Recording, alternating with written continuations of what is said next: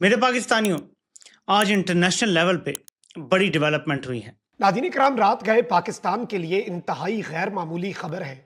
Netanyahu ने, Israel के वजीर आजम ने पाकिस्तान के खिलाफ पहली मर्तबा सरेआम खुलकर ऐलाने जंग कर दिया है। और मैं आपको एक क्लिप अभी सुनाता हूं और उसके बाद आपको कुछ दिखाना है जिससे आपको पता चलेगा कि क्या हुआ है। Who's coming here next week? Narendra Modi. Tremendous alliance between Israel and India, and we are going to discuss all sorts of cooperation. Now, India is not a small country. It has 1.5 billion people. India, Israel is enormously popular. Enormously popular. Did you know that? Yeah, you do. Good. I'm glad you know it. But I want all of you to know it. Challenges की तरफ आपने इशारा किया। पाकिस्तान के लिए क्या challenges होंगे इसके इब्तदाई इजलास में जो सामने आ सकते हैं? चैलेंज बहुत बड़ा चैलेंज है। ये कोई छोटी डेवलपमेंट नहीं है।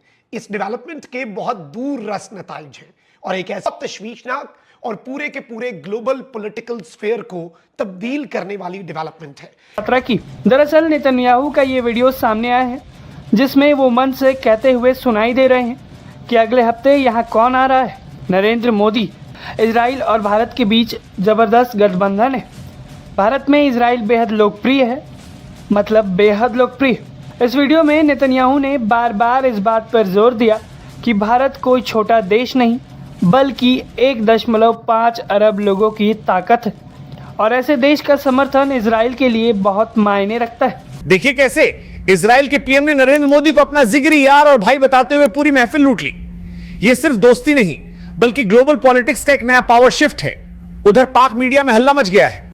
एक्सपर्ट्स कह रहे हैं कि भारत का दबदबा अब वर्ल्ड स्टेज पर इतना बढ़ गया है कि बड़े बड़े देश उनके आगे लाइन लगाकर खड़े हैं। ऐसे नहीं चलेगा। इस्राइल के जुल्म से, सितम से निजात दिलाए। आपको पता है कि इजराइल की बहुत बड़ी इन्वेस्टमेंट है इंडिया में। Indian arm forces and Israeli arm forces are like this.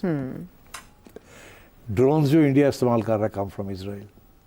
यहाँ तक खबरें हैं कि इजरायलीज़ के लिए एक छोटी जगह कश्मीर के अंदर भी टूरिस्ट स्पॉट बनाया गया है। ये बिल्कुल इंडियन अखबारों में ही है। वहाँ भी इजरायली ट्रैवलर्स फिर रहे हैं, घूम रहे हैं। यहाँ तक खबरें हैं कि इजराइल की टेक्नीशियंस की कंटिजेंट वो भी आई हुई थी जब इन्होंने ड्रोन्स लॉन्च करने थे जी पाकिस्तान के खिलाफ। जी, ये बाकायदा कहा भी गया, प्रेस कॉन्फ्रेंसेस में इशारा दिया गया। हाँ, तो मेरी थ्योरी है जब तक तमाम मुस्लिम ममालिक एक ज़बान होकर जुल्म को जुल्म नहीं कहेंगे तब तक कुछ नहीं होने वाला। जब तक कि तमाम लोग एक प्लेटफॉर्म पे नहीं आएंगे तब तक कुछ नहीं होने वाला।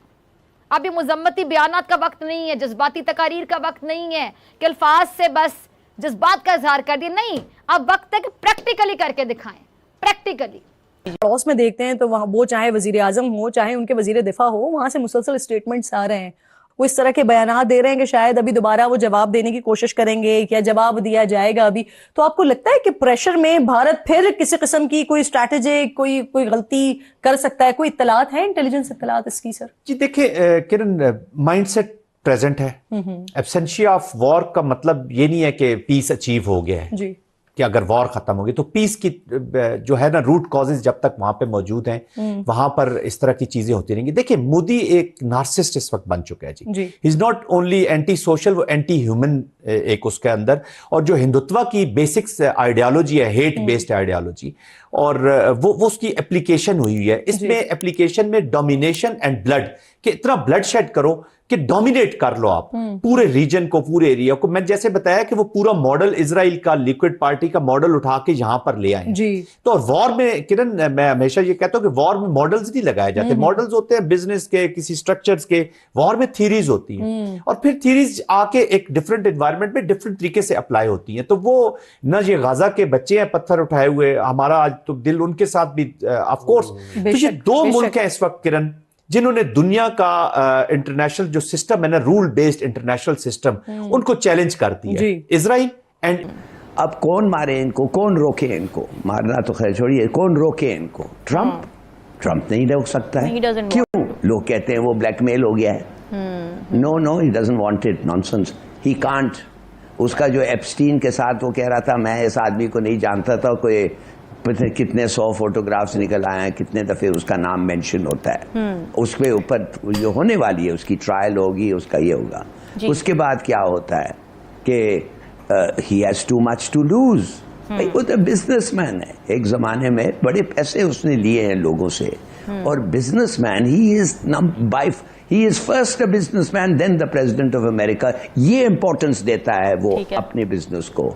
और तीसरी बात मैं ये कहूंगा कि अंग्रेजी में कहते हैं यूर अ क्रिश्चियन ज़ायनिस्ट, माने एक आदमी है हालांकि जू नहीं है, वो उनसे भी ज्यादा जूडाइज्म का फॉलोअर है। आजकल इंटरनेट पर एक वीडियो तेजी से वायरल हो रही है जिसने पूरी दुनिया और खासकर हमारे पड़ोसी देश पाकिस्तान की नींदें उड़ा दी हैं।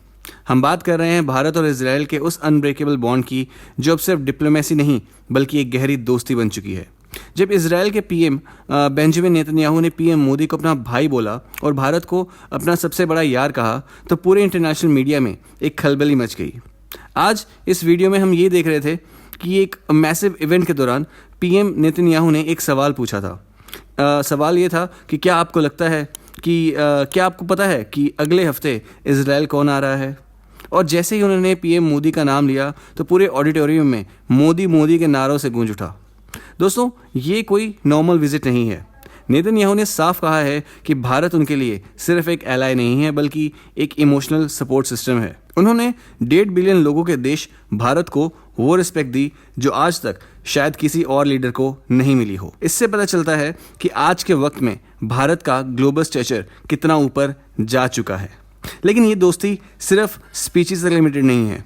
आज इजराइल और भारत डिफेंस, टेक्नोलॉजी और एग्रीकल्चर में नेक्स्ट लेवल कोलैबोरेशन कर रहा है, चाहे वो ड्रोन्स हों या एडवांस सिक्योरिटी सिस्टम्स।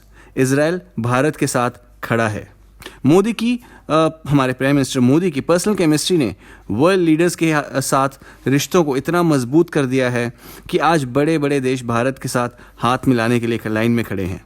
ये देखकर दुनिया हैरान है कैसे एक देश सभी के साथ इतने बैलेंस और पावर के साथ डील कर सकता है। पाकिस्तान के न्यूज़ में तो ऐसा हो रहा है कि वहाँ के न्यूज़ चैनल पर जैसे जियोपॉलिटिकल भूचाल आ गया है। पाकिस्तानी जर्नलिस्ट और एक्सपर्ट्स हैरान परेशान हैं। उनका कहना है कि जब उनका देश इकोनॉमिक क्राइसिस से जूझ रहा है, वहीं पीएम मोदी ग्लोबल प्लेटफॉर्म्स पर हीरो की तरह ट्रीट किए जा रहे हैं। पाकिस्तान मीडिया में ये डिस्कशन ट्रेंडिंग है। भारत की फॉरेन पॉलिसीज इतनी सॉलिड कैसे हो गई हैं कि इजराइल जैसा पावर हाउस उन्हें अपना ब्रदरली भाई जैसा देश माने। उनके लिए ये किसी झटके से कम नहीं है। दोस्तों, भारत और इजराइल की ये दोस्ती आने वाले वक्त में नए रिकॉर्ड्स बनाएगी।